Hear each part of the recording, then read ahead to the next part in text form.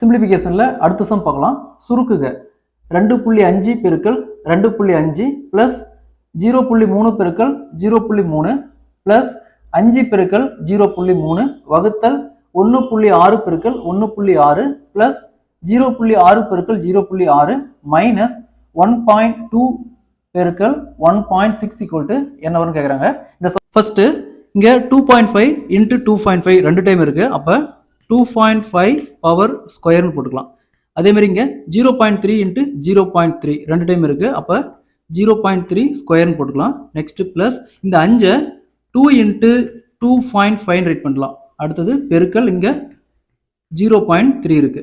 So வகுத்தல் இங்கே 1.6 ரெண்டு டைம் இருக்கு.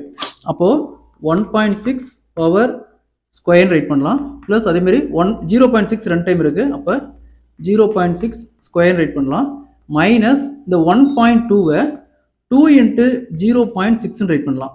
அடுத்தது பெருக்கல் 1.6 இருக்கு. ஸோ இந்த இது பார்த்தோம்னா a square plus b square plus 2 into a into b இந்த ஃபார்மெட்டில் இருக்கு. வகுத்தல் கீழே a square plus b square minus 2 into a into b இந்த ஃபார்முலா இருக்கு.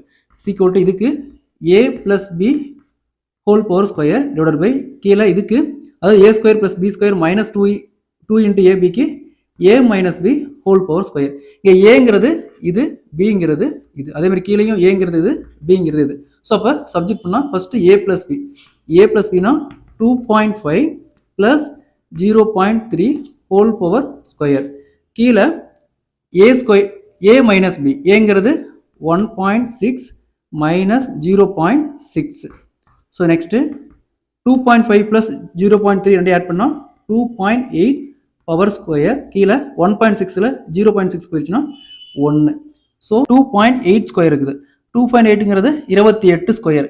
28 ஸ்கொயருங்கிறது 784. ஸோ 2 டிஜிட் தள்ளி புள்ளி வச்சோமா 7.84 கீழே 1 இருக்குது. So answer will be 7.84. So option D is the correct answer.